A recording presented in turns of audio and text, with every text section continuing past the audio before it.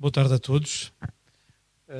Começo por agradecer o convite à organização, à Monte do Pasto, em particular à Clara, por mais este convite. Embora nós, depois desta apresentação e dos convidados tão ilustres que aqui temos, sentimos um bocadinho peixe fora d'água. Eu estive a ler umas quantas coisas, mas depois desta apresentação inicial que dizem que todas estas tecnologias são mais fáceis a aplicar numa indústria pesada do que na agricultura, eu agora com estes especialistas que aqui temos, tenho a esperança que tenhamos aqui respostas para nos ajudarem para este tema que nos é proposto de criar valor com um sistema de gestão agropecuária inteligente e sustentável, suportado em inteligência artificial, robótica, saúde animal e biotecnologia. É os nossos convidados que nós queremos ouvir, mas de qualquer maneira só fazer um bocadinho de contexto. Estes tempos que nós vivemos de transformação na agricultura e pecuária são muito grandes, porque a questão da introdução da tecnologia é muito importante na exigência. Nós temos de produzir mais com menos. Por um lado, é pedido a todos os setores económicos, e vemos estes novos documentos que apareceram na Comissão Europeia e mesmo para a economia portuguesa, que o aumento da produtividade é essencial, mas, por outro lado, a garantia da segurança alimentar, o bem-estar animal, a sustentabilidade ambiental, introduzem-nos também fatores que têm custos associados que torna muito difícil também essa produtividade ter, e muitas vezes não é só a produtividade económica que também está aqui em presença, e essa resposta a uma integração inteligente da tecnologia pode ser um dos caminhos. Mas este conhecimento da integração de tecnologia em sistemas biológicos e zootécnicos é muito mais complexo, como acabámos de ver na apresentação anterior, e, portanto, os sensores, a biotecnologia, a robótica, a inteligência artificial, como é que nós conjugamos estas, também são sub-áreas também de grande especialidade cada uma delas, como é que intercomunicam com elas e, particularmente, e aí é uma preocupação depois também para as políticas públicas, como é que isso se torna economicamente viável e escalável.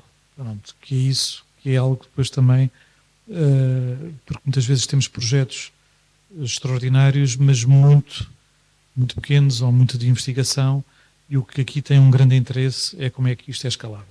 Nós temos cada vez vindo a falar mais e estamos a trabalhar nisso na questão da agricultura de precisão, que ainda estamos no início ao nível dos programas, e já está aqui um novo conceito, que é a agricultura digital. Quer dizer, portanto, não paramos em novos conceitos, e isso traz-nos aqui alguns desafios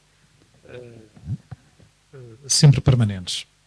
E, portanto, dentro desta, eu trago aqui um conjunto de perguntas, e a começar pelo professor José Santos Vítor, e começando mesmo por esta parte da agricultura e produção pecuária, operam em sistemas muito dinâmicos, com uma variabilidade biológica e uma incerteza ambiental e climática muito forte, para além das questões económicas, e, portanto, tendo em conta a sua experiência em robótica cognitiva e bioinspirada, como foi aqui na leitura do currículo, como é que antecipa a integração de plataformas robóticas inteligentes neste contexto agropecuário, porque são sistemas muito pouco estruturados e em que é pedido muitas vezes aos produtores uma maior homogeneização e uma maior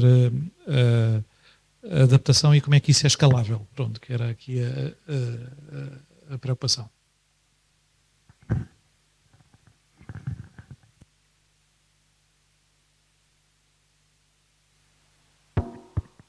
Okay.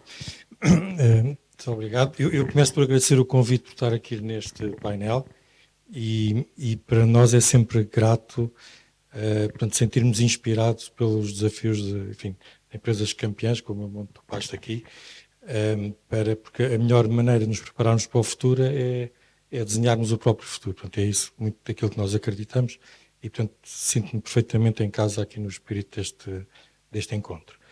Para explicar um bocadinho o que é, portanto, eu sou professor no técnico, de Engenharia Eletrotécnica e de Computadores, que tem uma parte física e uma parte digital, ambas muito fortes, portanto, é um casamento de ambas.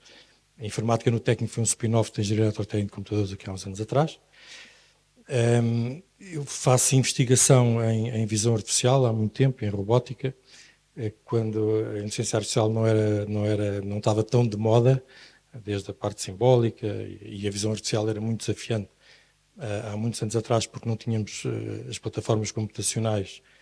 Processar uma imagem era capaz de demorar meia hora, pronto, e agora não é nada comparável com isso. E faço parte de um centro de investigação, que é o Instituto de Sistemas e Robótica de Lisboa, que é a maior unidade de investigação na área de robótica no país, e acreditamos que é melhor também. E, por sua vez, o ISR faz parte de um laboratório que é ainda maior, que é o LARSIS, Laboratório de Robótica e Sistemas de Engenharia. Para nós, os sistemas de engenharia significa o envolvimento com a sociedade, com os utilizadores. Não basta ter uma solução tecnológica se as pessoas não se apropriarem dessas soluções, se não criar impacto e algum resultado em benefício para alguém. Portanto, fazemos esse casamento. E é muita gente que trabalha no LARSIS, portanto, temos 126 investigadores doutorados, dos quais 70 são professores no técnico e noutras escolas do país. Temos uma série de investigadores contratados que fazem investigação full-time connosco. Temos 217 neste momento estudantes de doutoramento, talvez próximo de 400 estudantes de mestrado estão sempre a fazer tese de mestrado connosco. E, portanto, é um laboratório muito grande, cerca de 400 investigadores permanentemente à procura de problemas para resolver e encontrar soluções novas. Eu costumo dizer que uma pessoa, quando tem um martelo na mão, olha à volta e tudo lhe parece um prego, como o martelo é aquilo que sabe usar. E portanto, nós na robótica e na inteligência artificial também olhamos para os problemas um bocadinho na perspectiva deste nosso martelo que tentamos usar. A maneira, já agora o LARSIS tem uma vocação própria, não faz apenas investigação pura. Parte da nossa missão é fazer avançar a fronteira do conhecimento, como a aprendizagem artificial. Foi aqui uma excelente apresentação que nós ouvimos há pouco. Temos desenvolvido parte desses algoritmos, participamos nesse esforço. Fazemos parte do Centro de Responsible AI em Portugal, onde há empresas e centros de investigação a tentar utilizar inteligência artificial de forma responsável em vários setores, desde a saúde ao retalho. Portanto, temos um foco no LARSIS que é muito orientado para desafios societais. Um deles é a saúde, outro deles é o espaço. A saúde pode ser não só a saúde humana, mas podemos vê-la num contexto até de saúde planetária, num contexto mais alargado. Temos o espaço, temos a interação com os sistemas artificiais e temos portanto, o que é que nos falta aqui? Portanto, eu acho que já disse todos. E um aspecto nós que também temos, eram os exemplos que eu talvez fosse dar agora, que são interessantes, é que temos criado spin-offs ao longo da nossa vida. O LARSIS existe desde 2001 e temos neste momento, criámos umas 25 spin-offs que estão vivas, estão a trabalhar em vários setores e algumas no setor da agricultura. Portanto, há uma que já tem alguns anos, que é a Terra Prima, se calhar algumas das pessoas que estão aqui nesta audiência conhecem. O meu colega e amigo, o Tiago Domingos, foi o fundador da Terra Prima e faz parte de um departamento do LARSIS, que é o MarTech, onde fazem modelação ambiental na parte, digamos, terrestre e também na parte marinha. Nós também temos uma linha de trabalho muito forte ligada aos oceanos. E essa Terra-Prima, por exemplo, julgo que foi em 2014, por aí, teve um prémio da União Europeia relacionado com a sustentabilidade e inovação, como a empresa de inovação mais sustentável, portanto, numa análise que então foi feita, porque estava a fazer uma gestão mais inteligente das pastagens, relacionado com a criação de pastagens que faziam maior sequestração de CO2 e eram mais produtivas do ponto de vista da alimentação animal. Portanto, esse serviço que os agricultores passavam a prestar eram também remunerados pela capacidade de fazer sequestração de CO2 e, portanto, podem-se gerar aqui dinâmicas virtuosas ligadas tanto ao negócio, à economia e à criação de valor. Temos um projeto que, portanto, não sei se podemos fazer aqui coisas muito especulativas, mas temos um projeto talvez interessante que tem a ver com o bem-estar animal e que chama-se o Bauhaus of the Seas, e portanto é um projeto europeu que nós lideramos e que estamos a olhar para cidades costeiras na Europa e a tentar criar, ver, portanto, do ponto de vista de sustentabilidade, cultura, portanto, como é que, portanto, as regiões costeiras, como é que nós podemos melhorar esses aspectos na forma de viver, portanto, dessas comunidades. Uma das componentes que está a ser analisada, por exemplo, aqui em Lisboa, tem a ver com a parte das pescas e com seres vivos, com a sardinha, por exemplo. E então existem comunidades em que refletem, portanto, que têm pessoas da área de tecnologia, cidadãos standard, e tem pessoas que estão dentro desses grupos de trabalho encarregues de tentar trazer a perspectiva daquele animal que faz parte do ecossistema, mas que não pode pronunciar-se, e portanto fazem o papel de representantes da sardinha. E como é que nós podemos melhorar a qualidade de vida destas populações, até do ponto de vista estético, artístico e cultural, sem sacrificar uma parte do ecossistema que é a própria sardinha. Eu, há umas semanas atrás, estava a discutir com parte da equipa que está a trabalhar nisso, só para vos dar uma ideia enfim, das semi-loucuras que às vezes nós lá fazemos. E uma coisa que nós trabalhamos, por exemplo, temos professores, investigadores das Belas Artes também a trabalhar connosco, e então estava-se a discutir se, e há experiências que estão a ser feitas e parece ser possível, que a sardinha tenha algum sentido de estética. Portanto, será que a sardinha é capaz de apreciar a arte? E será que, então eles puseram-se a desenhar peças artísticas que sejam sardinha-friendly, de alguma maneira, portanto, e vão tentar observar o comportamento da sardinha, a ver se o tipo de reação que tem estes objetos artísticos, achamos nós, que colocamos lá no mundo da sardinha, portanto, se isso de alguma maneira altera o comportamento da sardinha, eventualmente melhora a qualidade de vida da sardinha, e isso possa ter também algum impacto. Portanto, eu não sei se o gado tem algum sentido estético, portanto, se é alguma coisa que até possamos explorar, portanto, expor o gado a algum tipo de estímulos, e pode ser que melhorando a qualidade de vida do animal, pode ser que isso tenha depois impacto. Portanto, só para vos dar ideia, em projetos muito diversos que estamos a trabalhar, trabalhamos em projetos, fazemos muita coisa em robótica submarina, portanto, mapeamento, onde as comunicações são muito difíceis, e em coisas de robótica espacial, portanto, há não muito tempo fizemos experiências na Estação Internacional, na Estação Espacial Internacional, onde temos astronautas que estão a interagir com robôs nossos, e há parte do controle que é feito na estação aqui na Terra, e depois há parte que é feita localmente, e nós interagimos com o astronauta que está a interagir com o sistema. Portanto, e agora temos um sistema também novo em que estamos a fazer com a inteligência artificial, estamos a ajudar astronautas que estão a fazer reparação ou manutenção de satélites no espaço. Já agora o técnico lançou há quase um ano um satélite inteiramente feito pelos nossos alunos, ainda está vivo, está no espaço, e comunica. E portanto estamos a fazer ferramentas com realidade aumentada que ajuda um técnico, que é o astronauta que está no espaço, a fazer a manutenção. Não sei se aqui também há algum espaço para ver técnicos que usem essas ferramentas e que os ajude a interagir com os sistemas que estão à sua volta. Eu, já, se calhar, sim, não, acho que é bom para ver a amplitude de qualquer coisa é investigável e é trabalhável.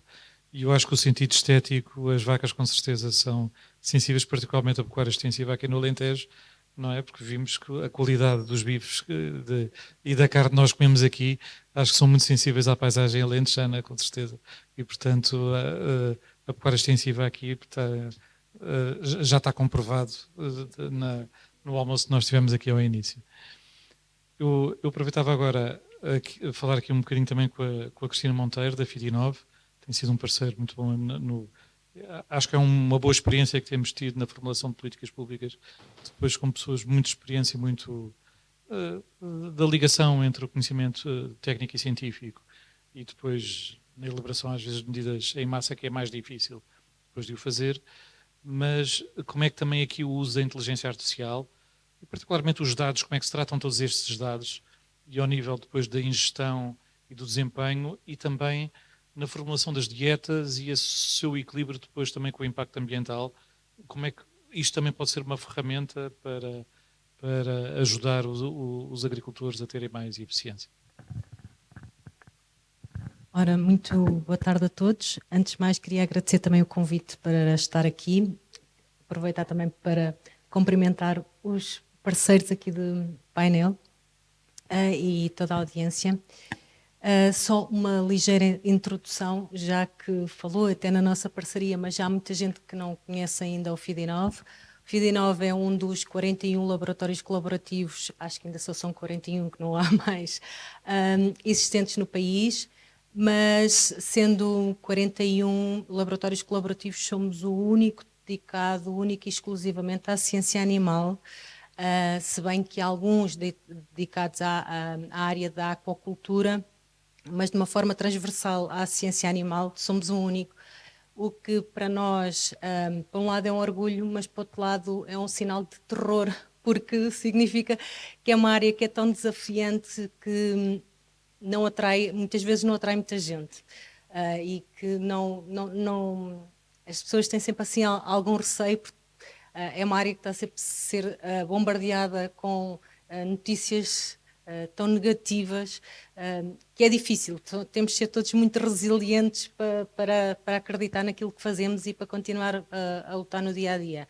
Os laboratórios colaborativos basicamente são estruturas de interface, ou seja, foram criados para fazer uma ligação entre as unidades científicas e tecnológicas, como é o caso das universidades e centros de investigação, e os setores privados. E para conseguir ter aqui uma aproximação e também, por um lado, aplicar todo o conhecimento que já existe muitas vezes dentro da academia e centros de investigação, pô-lo à disposição, conseguir pô-lo à disposição da produção ou da indústria, consoante o setor, e, por outro lado, também criar novo conhecimento, mas mais aplicado, não fundamental. Nós não existimos, já temos o nome de laboratório, é mais laboratório de ideias, nós não existimos para fazer investigação fundamental, sim aplicada. Pronto. E passando esta introdução e respondendo à questão que me colocou, nós trabalhamos muito na área e é muito fundamental para nós trabalhar a área da eficiência alimentar. É uma ferramenta útil, é uma ferramenta com grande potência para conseguirmos melhorar, por um lado, não só o desempenho animal, que é importantíssimo, não é? Para quem está na produção, ter mais resultados, mas, por outro lado, também diminuir desperdícios e reduzir o impacto ambiental da própria produção. A eficiência alimentar não é mais do que alimentar os animais de acordo com as suas necessidades específicas. A nível de formulação hoje é muito feito para espécie, para idade animal, para nível produtivo, mas cada vez a tendência é afinar mais e ir mais longe até se conseguir ir ao ponto de alimentar praticamente animal a animal, de acordo com as necessidades quase do momento. Pronto. A ideia é sempre caminhar neste sentido, o que é muito desafiante, como é óbvio.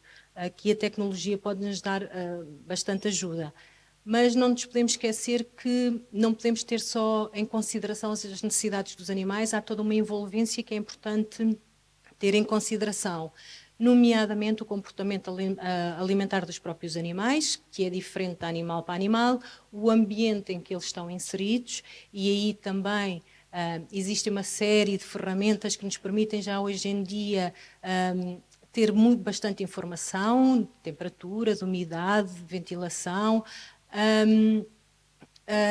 uma série de sensores que já não são propriamente novidade, mas que já existem e que nos permite também dar mais informação. E o maneio também é muito importante e não há nenhuma tecnologia que substitua um bom maneio, boas práticas de produção. Temos também como ferramentas que nos ajudam aqui numa eficiência, uma maior eficiência alimentar. Temos um dos grupos de alimentos que são os aditivos. Muitas vezes, eu não diria aqui na nossa plateia, mas lá fora, quando se fala em aditivos, as pessoas pensam sempre em coisas que são terríveis, mas não são. São uma ferramenta ótima que nos permite ajudar muito neste sentido, de aumentar a eficiência alimentar. E quando falamos em aditivos, podemos ir desde uma fitase, que é uma enzima que degrada fósforo fítico e permite libertar nutrientes que estão presos numa trama e que dessa forma não estariam livres para o animal utilizar.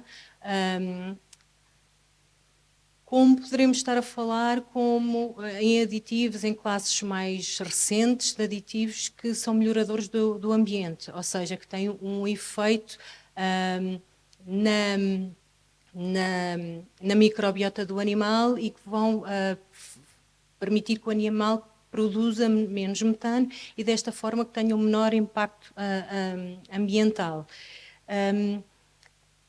Há uma série de ferramentas, eu não me queria também perder muito, é importante também ter aqui em consideração, e existe também já algumas ferramentas que nos permitem ter esta informação das características fenotípicas dos animais e de que forma é que esses testes genéticos nos permitem dar informação, nomeadamente de características que permitam que os animais sejam mais eficientes do ponto de vista alimentar, sejam mais eficientes ou tenham uma menor produção, por exemplo, de gases de efeito estufa e, portanto, tenham uma menor pegada ambiental.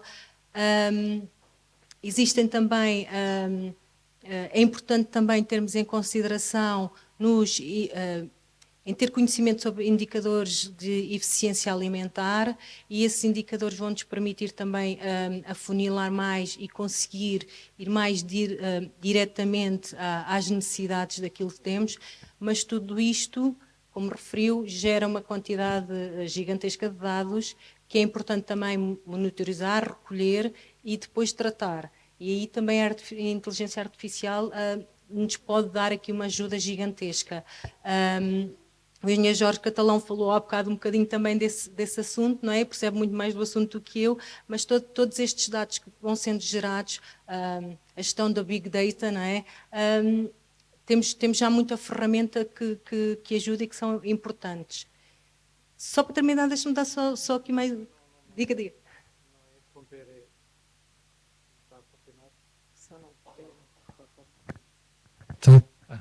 Não, essa questão mesmo também da intervenção inicial e também do professor José Vitor, e agora do que está a dizer, é como é que depois, ao nível das explorações, que era a minha pergunta inicial, se escala estas coisas, ou seja, a inteligência artificial vai ser ao ponto, depois de ser também automática para o agricultor poder, ou o produtor pecuário, utilizar, ou como é que esta transferência é ao nível de quem dá apoio, de uma organização de produtores ou de uma associação, como é que depois, ou seja, já vimos que o tratamento de dados per si não estará ao alcance de pessoas não especializadas, mas tendo esses dados todos para ser útil depois para os produtores, como é que esta transferência se pode fazer com um laboratório como o vosso e depois um produtor na sua própria exploração? A recolha de dados é se calhar o mais fácil no meio disto tudo, não é? O recolher dados, não é? Porque isso conseguimos já fazê-lo de uma forma automatizada. O pior é o interpretar esses dados. Isso é que é difícil, não é? Porque aí tem de haver conhecimento técnico para isso. E sim, é muito, acho eu, para já a curto prazo vai ser muito difícil que cada produtor consiga fazê-lo, não é? Poderia ser, de facto, um serviço ou um apoio. Quando digo serviço, muitas das vezes as pessoas pensam logo, isto vai-me custar dinheiro. Não tem de ser necessariamente assim, não é? Pode haver, inclusivamente, apoios para isso, para associações de produtores, ou haver até entidades que tenham essa função especializada de conseguir dar este apoio depois de olhar para aqueles dados todos e tirar a informação que é necessária, porque recolher dados pode ser muito interessante, mas sem os interpretar e sem saber o que é que aquilo quer dizer, é muito mais complicado. Posso passar agora aqui para a Inês? Não, já agora também, enquanto a Inês Muniz, das OBETES, enquanto também os fornecedores de fatores de produção também podem ser, de certa forma, mediadores neste processo. E também, já agora uma pequena apresentação depois também das OBETES, já como os outros colegas aqui fizeram na apresentação, e também falarmos um pouco também a evolução das tecnologias de vacinação e da genómica na pecuária. É algo que está muito na ordem do dia, a questão da vacinação, e qual é o futuro, como é que isto está a avançar e como é que vê estas questões, os desafios que estão a existir agora, particularmente nos riscos para a produtividade do setor animal, não só no setor intensivo, mas também, se pudesse focar um bocado na pecuária extensiva.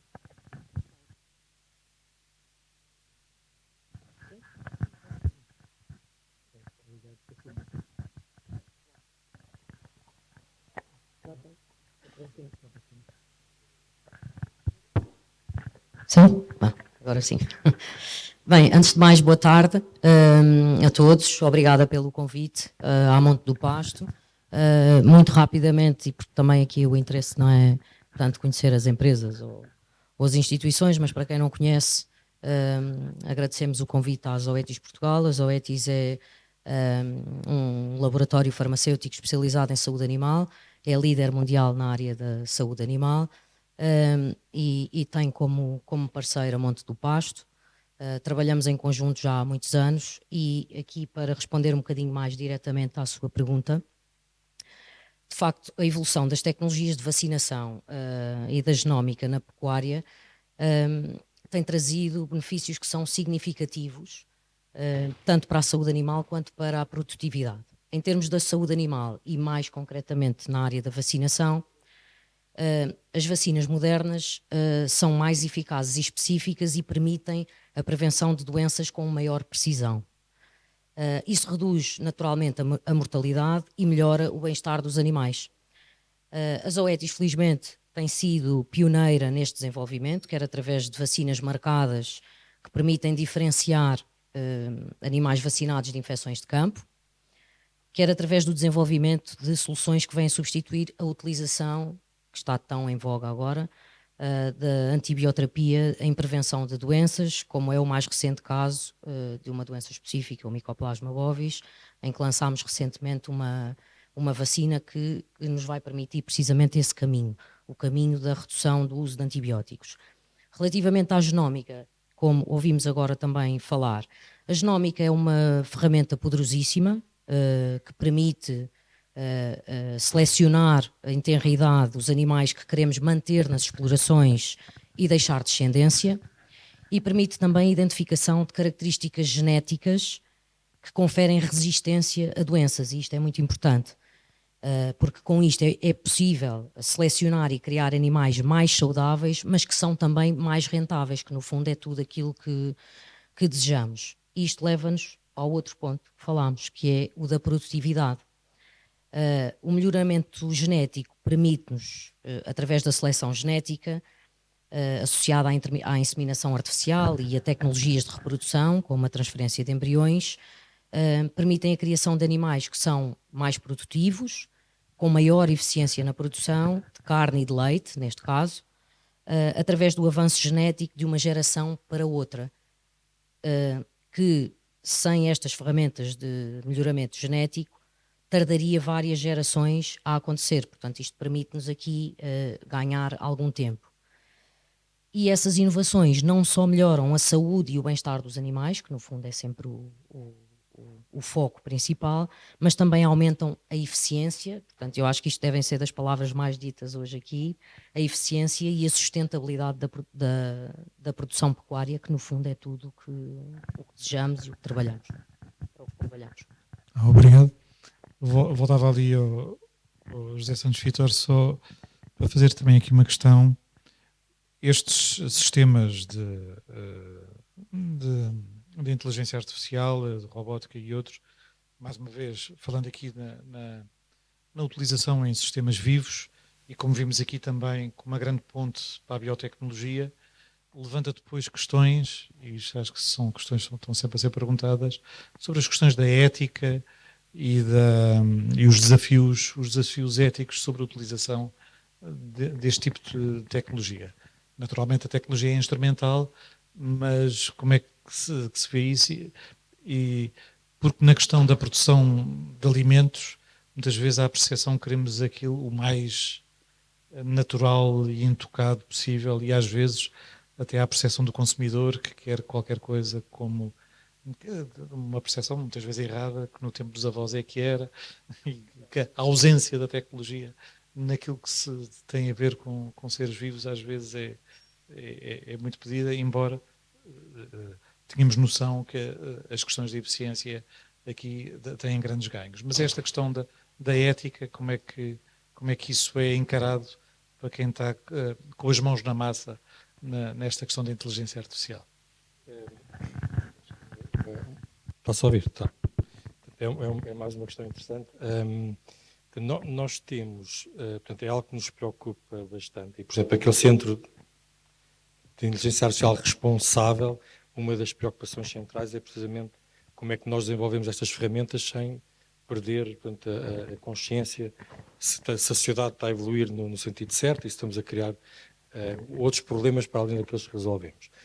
Há uma área onde nós temos tido, aí já agora, por exemplo, no ISR, nós até para discutir estas questões da ética, temos investigadores da área da filosofia, portanto, não são só os engenheiros desesperadamente a tentar criar tecnologia, mas há todo um conjunto de outras áreas interdisciplinares e tentamos que essa discussão seja feita de maneira muito alargada. Uma área onde nós temos muita experiência da utilização desse tipo de ferramenta é na área da saúde, onde as questões se calhar já estão mais estruturadas e onde muito o trabalho que nós fazemos passa por comissões de ética muito exigentes. Eu tenho feito algum trabalho, portanto, a análise de comportamento humano ou animal, enfim, para ser... mas temos feito trabalho com crianças autistas, como imaginam.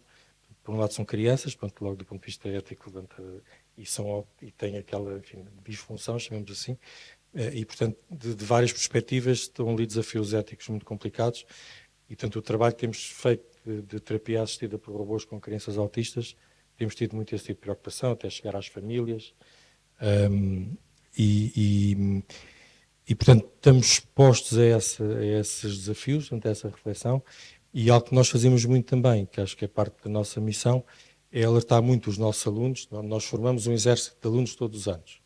Aliás, o desafio que eu queria aqui deixar era arranjar, recrutar lá uns quantos desses alunos e falar com o Monte do Pasto e encontrar desafios, enfim, com a comunidade, desafios que estes alunos, eles têm que resolver problemas, não é? Nós temos, quando fazem as teses de mestrado ou as teses de doutoramento, são coisas de mais longo prazo, mas têm que resolver um problema e trazer alunos que se dediquem, reflitam e testem soluções, portanto, neste contexto e em vários problemas que consigamos identificar, acho que pode ser uma maneira interessante de promover esta... Mas uma parte importante que nós fazemos também é dotar os nossos alunos, e discutir com eles, dessa consciência dos sistemas de engenharia que vamos desenhar em geral, e nomeadamente da parte de AI, em que os aspectos de ética, privacidade e outros são muito importantes. Já agora, eu fiquei com pena de não poder tocar na pergunta anterior, que eu acho que é muito, eu acho que vai acontecer no futuro, portanto, a indústria da agropecuária vai ter que, quer dizer, vai ter que ter profissionais também na área dos dados, da engenharia, aliás, como acontece hoje em dia, e nós isso temos experiência, na área da saúde, da biomédica, quer dizer, eu acho que não está muito longe, nós temos mais engenheiros do que médicos. Os técnicos de diagnóstico hoje em dia na saúde são em maior avançadas e há ali que os médicos. Não, eu acho que o próprio painel também demonstra isso, quer dizer, a multidisciplinaridade no que nós estamos a falar de pecuária e as formações são muito diversas aqui e a multidisciplinaridade cada vez é maior. Voltava aqui à Cristina Monteiro e a questão, como nós vimos aqui, na agricultura de precisão e na pecuária de precisão, alguns produtores já começam a pensar num sentido quase de soluções personalizadas, quase ao animal. Quer dizer, isto depois, este balanço é possível ao nível de uma exploração, quer dizer, ter quase um receituário ao nível, por exemplo, na própria alimentação de cana animal, ou entramos aqui em custos, depois também não são geríveis e tem que haver aqui um compromisso entre a eficiência os custos de trabalho e outros que as explorações existem. Sem dúvida. Só um passinho atrás, concordo em absoluto. Tem de haver Mas só falem uns com os outros, eu só estou aqui. Tem de haver cada vez mais analistas de dados ligados ao setor, e não é fácil. Nós temos tido essa dificuldade em arranjar alguém que perceba um bocadinho da área, e é difícil arranjar analistas de dados, porque também não é... Não, há muita procura e se calhar o setor da pecuária não é o que é mais atrativo, não é? Se calhar, diria eu, mas se calhar estou a inferir mal, não é? Se calhar procuram de coisas com que se identifiquem melhor ou que percebam melhor onde possam ser úteis. Mas ainda há a sua pergunta. Não é fácil nem é difícil. O que é que eu quero dizer? Quando estamos a falar em níveis de tecnologia recentes, elas de facto são caras e não são acessíveis. Geralmente, isto acontece de uma forma transversal para todos os setores. Mas mais do que isso, às vezes são complexas e as pessoas não as percebem ou não percebem como trabalhar com elas, o que também pode ser complicado. E aqui o apoio técnico é muito importante. No entanto, também já existem muitas tecnologias que neste momento estão disponíveis para as pessoas e que não são assim tão caras. Relativamente, por exemplo, a um aumento da eficiência alimentar, tem sido muito estudado, por exemplo, o microbioma ruminal, no caso dos ruminantes. Existem já algumas ferramentas disponíveis para ter informação que seja útil e que também não são assim tão caras ou tão difíceis de adquirir. Posso lhe dar um exemplo. Existem já chips ruminais que se podem implantar nos animais e que permitem dar informação sobre os padrões de fermentação, e com isso, essa informação dos padrões de fermentação consegue-se inferir sobre o alimento e para alterar a formulação, para o animal ser mais eficiente ou para ter menor produção de gases de efeito de estufa. Depende muito de qual é que é o objetivo também da exploração e se é possível estar a trabalhar em duas áreas ao mesmo tempo, porque elas às vezes são contraditórias. Nomeadamente, vou dar um exemplo, não é? Geralmente os parâmetros reprodutivos das vacas leiteiras funcionam ao contrário do aumento da produção. E, portanto, isto é um problema, não é? Consegue-se aumentar uma coisa, mas sabemos que a partir da outra vai ser afetada negativamente. Mas existem já algumas ferramentas que são acessíveis. Ao início é tudo um bocadinho mais complexo. Dando também um exemplo, quando apareceram os robôs de ordenha, foi uma complexidade e foi uma dificuldade também para a indústria, neste caso a produção, não é? Os utilizar, e também o preço não era atrativo. Hoje, já a maior parte da produção tem robôs de ordenha. Portanto, a minha resposta seria: depende um bocadinho da fase de desenvolvimento da tecnologia. Eu acho que vai ter de haver algum tipo de apoio também quando são tecnologias novas e que sejam essenciais para darmos o passo seguinte para que os produtores possam incorporá-las na sua exploração, mas também já existem algumas que estão disponíveis e que não custam sempre alguma coisa, portanto é sempre um custo, mas que não são tão dispendiosas que não possam melhorar. Agora, o apoio técnico também me parece que é fundamental. Muito obrigado pela resposta. Os chips de gestão, aprendemos, não fazia ideia que já existiam tecnologias a esse nível. Inês, tinha aqui outra questão hoje de manhã na inauguração aqui da feira, e que foi uma preocupação também. O Ministro da Agricultura falava, e tem falado isso várias vezes, na questão da vacinação, agora quando foi da língua azul, e destes eventos que têm surgido sistematicamente de novas pragas e doenças, a certa altura, as vacinas, ao não estarem disponibilizadas para todos os produtores, ser um fator de concorrência, pode ser um pouco complicado, porque só havia laboratórios na Alemanha e em Espanha, e que depois essa generalização das vacinas foi muito muito difícil, mas é algo que pode vir a surgir outra vez. Esta componente entre a investigação e a produção de vacinas e a disponibilização depois aos produtores, face a maior frequência das doenças animais, como é que, mas por outro lado também as próprias empresas farmacêuticas também precisam de fazer negócio e que não pode ser tudo disponibilizado logo universalmente. Como é que este equilíbrio pode ser encontrado para não criar aqui disrupções dentro dos vários Estados-membros na União Europeia? Sim, mas aqui, seguindo aqui o mote, não é? Mais uma excelente pergunta, e é verdade, e na verdade isto é de facto um desafio complexo, mas a nosso ver há várias abordagens que podem ajudar neste sentido.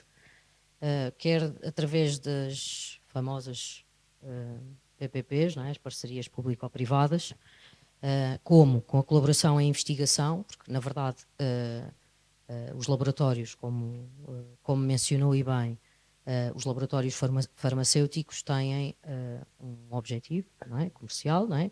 Claro que investigamos e desenvolvemos, mas depois temos que gerar negócio. Mas estas parcerias entre instituições públicas e privadas podem, com toda a certeza, acelerar o desenvolvimento de novas vacinas e tratamentos, não é?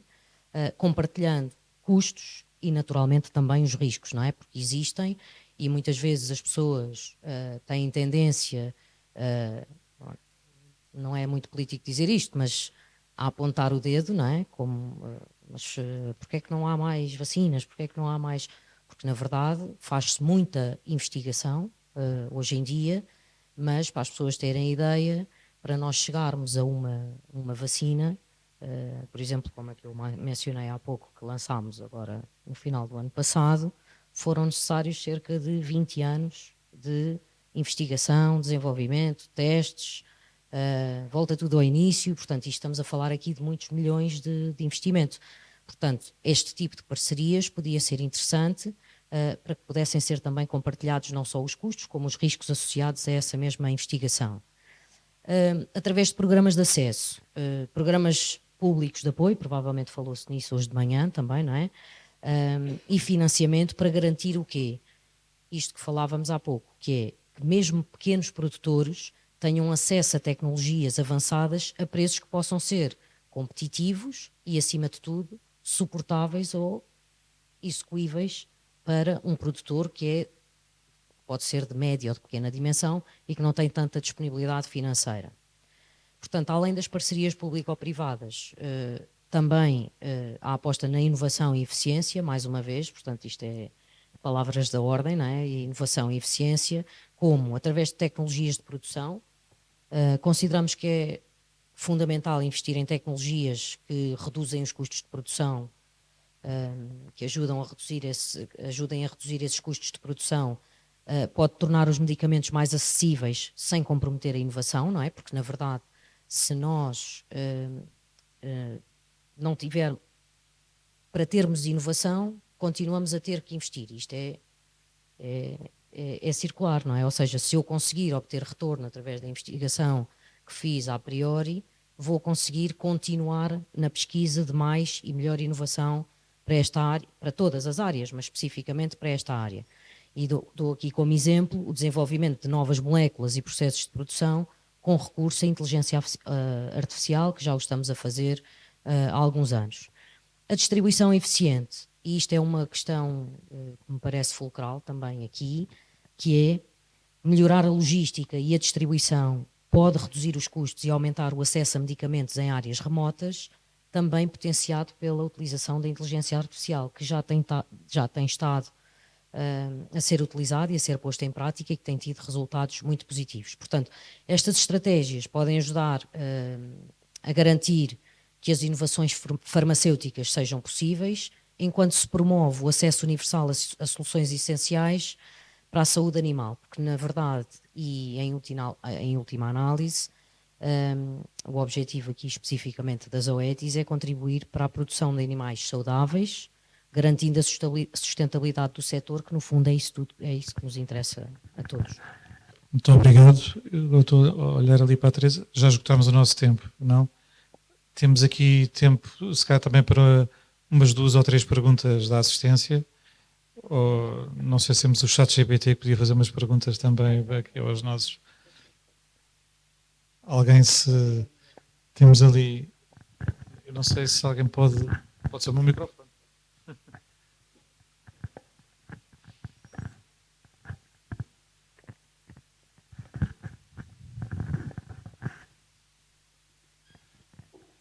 Boa tarde a todos, o meu nome é Francisco Palma. Queria falar um pouco aqui da pecuária extensiva, que é um pouco o modelo que o Monte do Pasto tem e que o meu pai tem e que trabalhamos nessa área.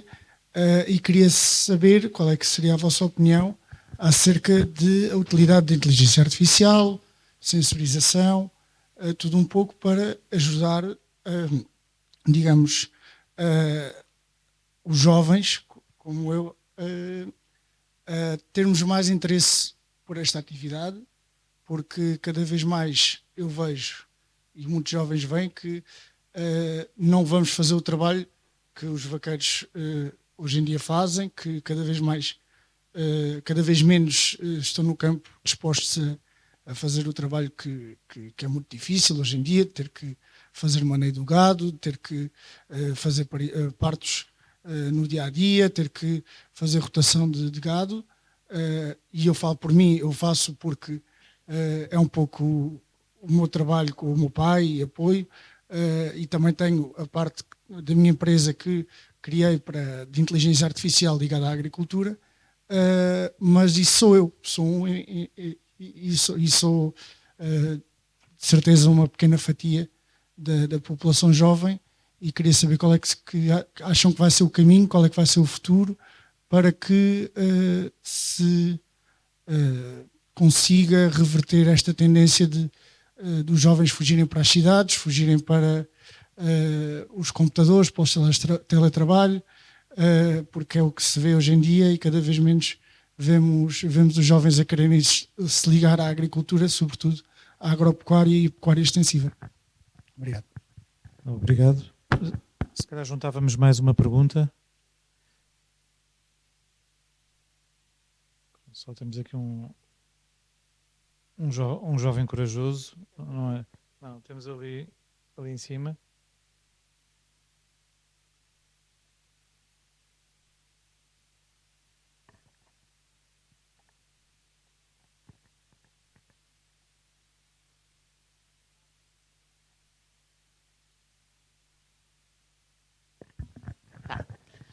Patrícia Vacas de Carvalho, venho da Universidade de Évora e estou a fazer um doutoramento na área da digitalização e como é que os agricultores se adaptam ou não, ou resistem ao processo de digitalização da agricultura. Pegando um bocadinho também no que o Francisco disse, eu gostava também que ligassem a esta reflexão como é que encaram a agricultura no futuro e a possibilidade de haver desigualdades sociais associadas ao facto de haver agricultores que têm atividades maiores ou propriedades maiores ou empresas agrícolas maiores, acedem à digitalização de uma forma que os pequenos não conseguem lá chegar.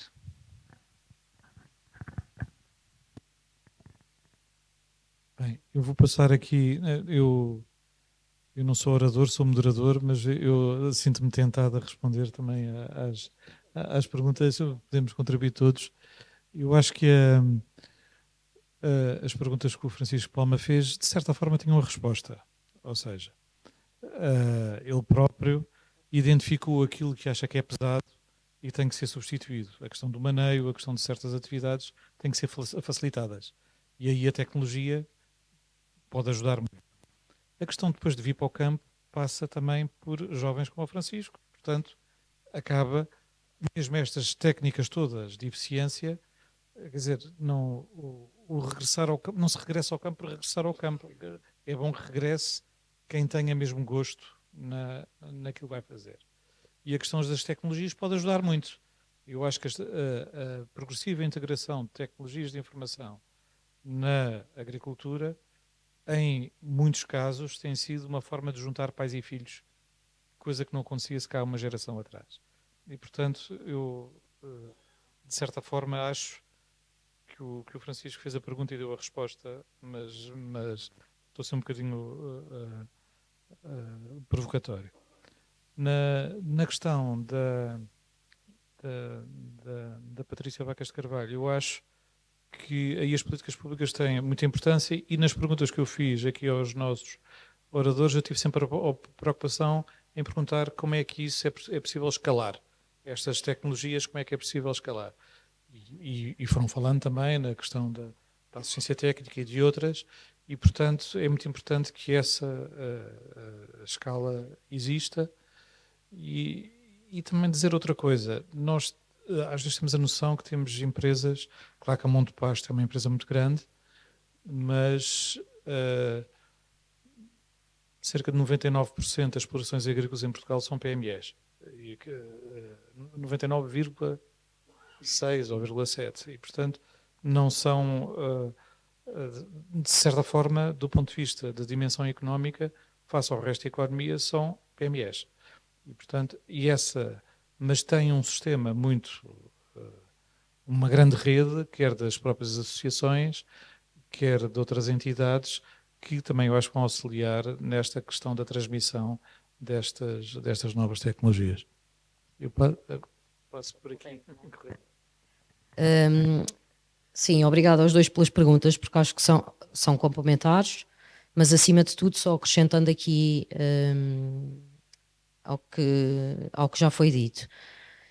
Acima de tudo, quando falamos em dimensão, claro que estamos a falar esta percentagem pode parecer uma percentagem estranha, mas estamos a falar de número de empresas, não é? Não é de potencial, de efetivo, número de efetivo, etc. Mas, quando não há estes casos, por exemplo, em que há um Francisco que vai dar continuidade ao negócio da família, porque tem vontade de continuar e porque é jovem e interessado, eu diria que aqui, e tocou-se neste ponto, há este papel fundamental, ou crucial até diria eu, das associações, e porque nós temos, infelizmente em Portugal ainda não há muito não temos tanto essa tradição, mas o papel do associativismo como forma de suporte à produção animal, para mim, desempenha e desempenhará um papel fundamental, porque as pequenas e médias empresas têm que ser suportadas por entidades, e aquelas que estão com certeza mais atrás, porque se calhar eventualmente ainda nem sequer estão na fase da recolha de dados, aquilo que falávamos há pouco, não é? Já é complicado o suficiente ter dados e não saber o que lhes fazer, mas se não tivermos dados para trabalhar, então ainda mais.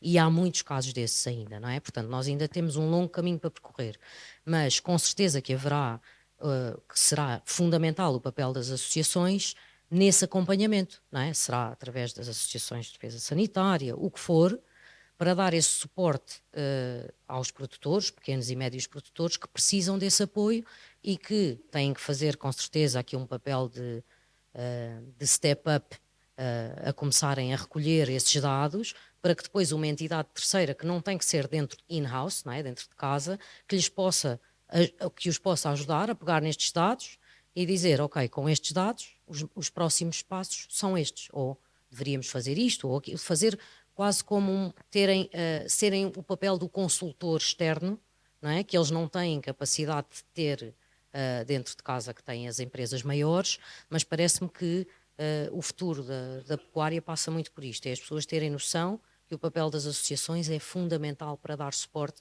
ao pequeno e médio produtor, porque os maiores, com certeza, que já estão, como o Monte do Pasto e outros, muito à frente nisto, não é? Já têm dados, já trabalham, já têm engenheiros, têm parcerias com empresas que os ajudam a dar estes passos todos à frente.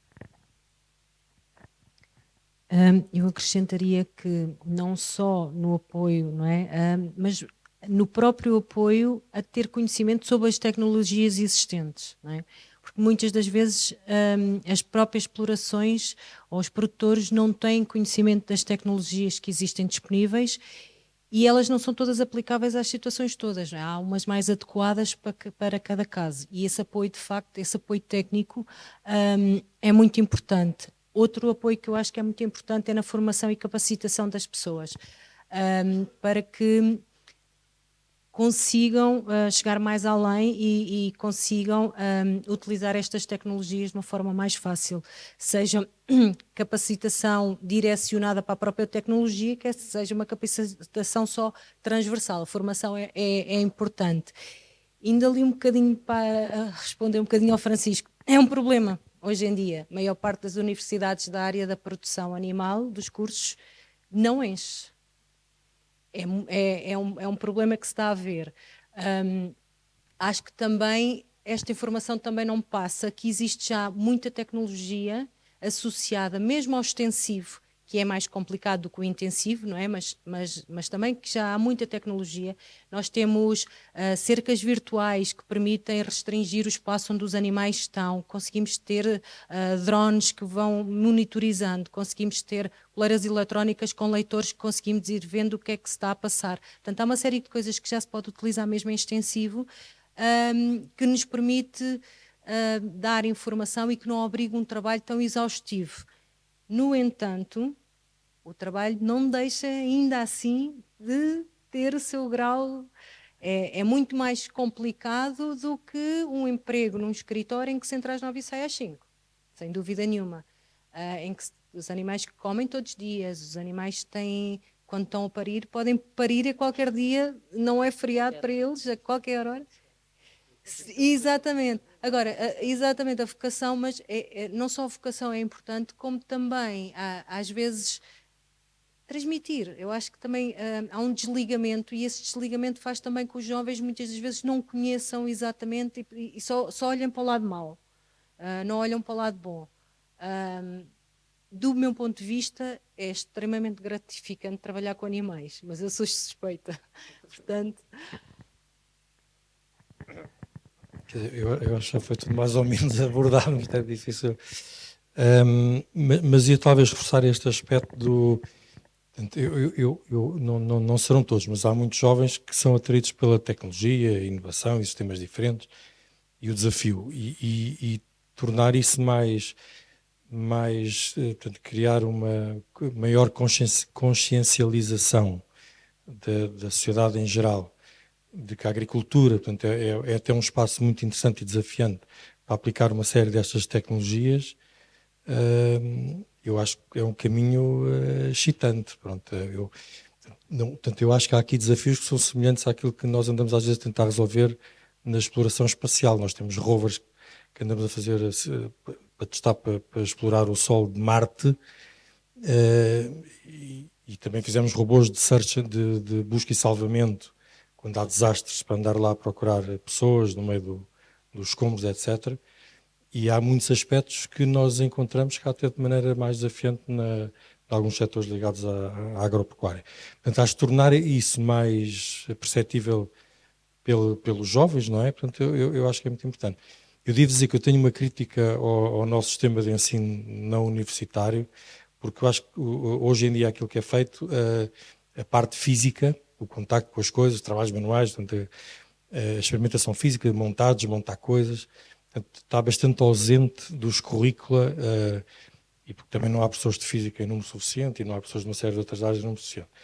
Nós temos estado a pressionar o Ministério da Educação para olhar para os currícula, porque a vida não é só, a gente não come apes, não é? Portanto, a agricultura, quer dizer, as apes fazem um papel importante, mas há interação com o mundo físico e é preciso perceber o que é que isso significa. Pronto, e eu acho que nos últimos anos houve um afastamento progressivo do contacto dos nossos jovens com o mundo físico, não é? Nós andamos no mundo físico, eu bato no mundo físico e agarro coisas do mundo físico. E eu acho que isso pode ajudar a reforçar um bocadinho mais essas vocações. Mas mostrar este lado excitante do desafio da tecnologia, etc., eu acho que é muito importante. Nós, do nosso lado, o que temos a oferecer, portanto, estamos muito abertos a trazer os nossos alunos e montar projetos piloto e ajudar a recolher dados e instrumentar, a criar laboratórios abertos, onde nós instrumentamos algumas coisas, criar coisas em cloud para que também possamos aceder a dados remotamente e fazer experiências piloto e talvez assim contribuir também para evangelizar um bocadinho mais os jovens, que isto são coisas de futuro e são interessantes, são excitantes e que podem encontrar aqui as suas carreiras. Essa parte desse divide Eu acho que é muito, enfim, acho que tem, eu acho que a resposta passa muito por aquilo que já foi aqui dito, portanto, sermos mais coletivos, que não é talvez a nossa principal qualidade como portugueses, portanto, acho que há uma série de instrumentos e ferramentas e conhecimentos que as associações, que aqui dito, provavelmente podem concentrar e partilhar, e também eu acho que há um ecossistema para além disso até, pronto, há os collabs, as universidades e empresas, não é? Onde também podem bater à porta e, portanto, o ecossistema como um todo pode e deve suportar, no nosso caso, como universidade pública, é parte da nossa missão e da nossa obrigação, porque vivemos do dinheiro dos contribuintes, enfim, parte pelo menos, e, portanto, queremos, faz parte da nossa missão dar esse retorno à sociedade. E, portanto, eu acho que são eventos como este que cria esta noção de comunidade, de ecossistema, e saber melhor às portas onde se pode bater, não é? Eu acho que isso é importante e pode ser o caminho. As produções pequenas, fala-se muito do Big Data, fala-se muito menos do Small Data, que eu acho que até é mais desafiante. Muitos dos nossos modelos que nós treinamos, tanto com redes neuronais e outras tecnologias, nós não descartamos a parte física, aquilo que as leis da física ou do metabolismo animal, portanto combinamos tanto uma parte que é teórica, que é ditada pelas equações, aquilo que nós conhecemos da física, e uma parte que é data-driven. E achamos que aí conseguimos especializar mais para ter biomarcadores de ecossistemas mais pequenos, e temos feito isso. Eu vou de novo dar o exemplo do autismo. O autismo é um síndrome, isso significa que não há um diagnóstico só. Portanto, há uma panóplia enorme de efeitos, comportamentos, de graus diferentes, e, portanto, nós nunca teremos big data quando estamos a analisar dados de comportamento de crianças autistas. É tudo small data, que é um desafio do ponto de vista do AI, do machine learning, etc., mas também dá oportunidades para explorar outros tipos de tecnologias. E eu acho que isso torna mais acessível depois aos pequenos produtores, podemos especializar mais, mas eu acho que este espírito de partilha, acho que é certamente parte da solução. Deverá ser. Boa sorte para o doutoramento. Sim. Eu ia terminar agora aqui. Eu acho que pedi uma salva de palmas aqui para os nossos oradores que foram.